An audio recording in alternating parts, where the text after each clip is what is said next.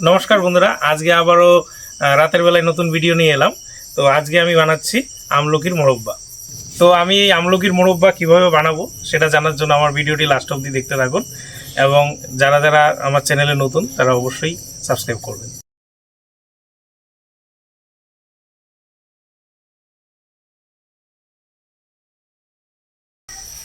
তো আমি আমলকি মোরব্বা বানানোর জন্য প্রথমেই আমলকিটাকে ওই কাঁটা চামচ দিয়ে ভালোভাবে খুঁচিয়ে নেব। এই যে আমি কাঁটা চামচ দিয়ে আমলকি কেচে নিচ্ছি।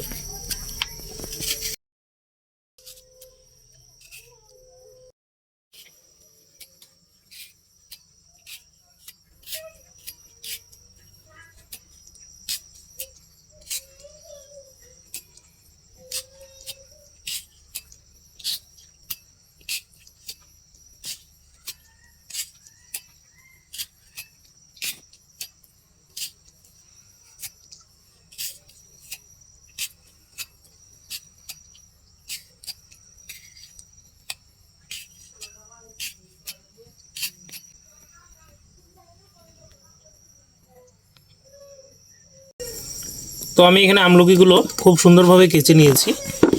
এবারে আমি আমলকির কষটা বের করার জন্য এটার মধ্যে জল এবং নুন দিয়ে দেব। নুন দিয়ে দিলাম। এরকম নুন জলে আমলকিগুলো ভিজিয়ে রাখলে আমলকির যে কষটা হয় সেটা বেরিয়ে যায়। আর আমরা এভাবে নুন জলে মোটামুটি আধ ঘন্টা পর পর জলটা চেঞ্জ করে করে 3-4 বার করে রাখবো।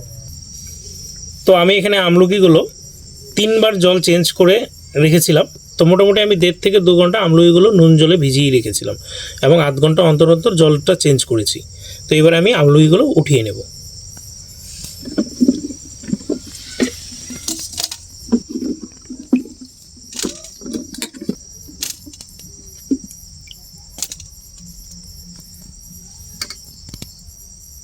তো এবারে আমলকিটা আমি এখানে গরম জলে 5 মিনিট ভাপিয়ে নেব। ঢেকে দিলাম।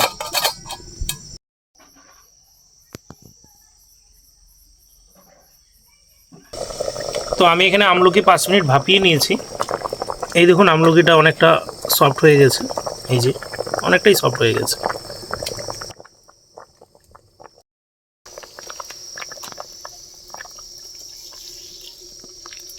তো আমি এখন মোরব্বা বানানোর দ্বিতীয় ধাপে চলে যাচ্ছি।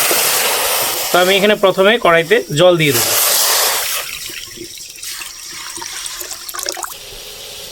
জল ফুটতে শুরু করলে আমি জলের মধ্যে সামান্য ভিনিগার এবং কয়েকটা দারচিনির টুকরো এবং কয়েকটা এলাচ দিয়ে দেব।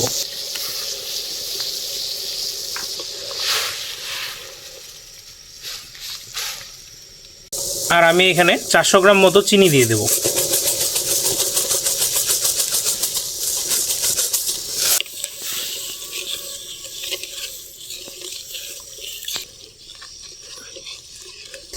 চিনি গলে গেলে এবারে আমলকিগুলো দিয়ে দেব।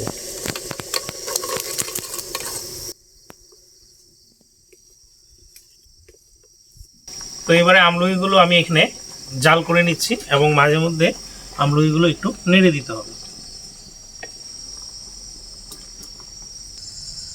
চিনি যখন জাল করতে করতে ঠিক এরকম শিরার মতো হয়ে যাবে এবং চিনিটা এরকম স্টিকি হয়ে আসবে, এই দেখুন হাতে লেগে যাচ্ছে, তখন মোরব্বাটা নামিয়ে নিতে হবে।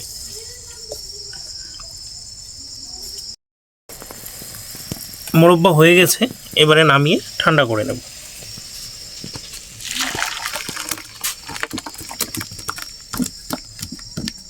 মোরব্বায় সাধারণত কোনো এক্সট্রা মশলা ইউজ হয় না, কিন্তু আমি এখানে ফ্লেভারের জন্য মৌরি এবং তেজপাতা ভেজে গুঁড়ো করে নিয়েছিলাম। এই মশলাটা এবার আমি ওপরে ছিটিয়ে দেব।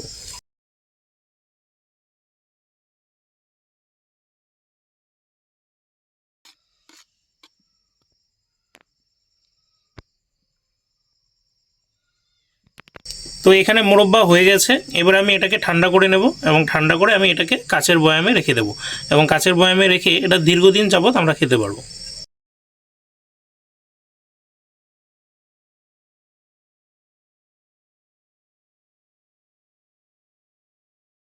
আমলকির মোরব্বা আমি এখানে ঠান্ডা করে নিয়েছি। এবারে দেখুন জাস্ট কালারটা।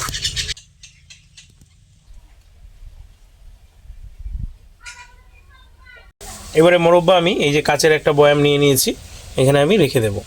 এই মোরব্বা কিন্তু কাচের বয়ামে রেখে দীর্ঘদিন খাওয়া যাবে।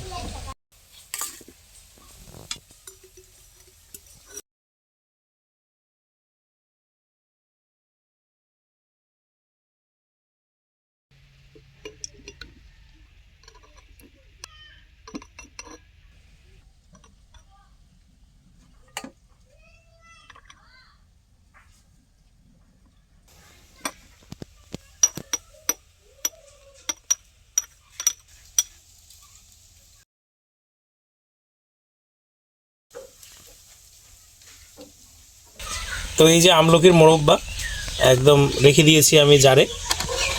আপনারা ওইভাবে বাড়িতে জারে সংরক্ষণ করে রাখতে পারবেন, দীর্ঘদিন হলেও নষ্ট হবে না। তো এই যে আপনারা দেখতেই পাচ্ছেন আমি রাতে ভিডিও শুরু করেছিলাম, কিন্তু এখন সকাল, মানে হয়েছেটা কি, রাতেবেলা কারেন্ট চলে যাওয়ার কারণে আমি মোরব্বাটা আর লাস্ট অবধি ওই বয়ামে ঢোকানোটা দেখাতে পারিনি। তো এটা আমি আজকে সকালেই কন্টেনারে ঢুকিয়েছি। তো যাই হোক, আর আমার যদি মোরব্বার রেসিপি আপনাদের ভালো লাগে তাহলে অবশ্যই লাইক, কমেন্ট, শেয়ার করবেন।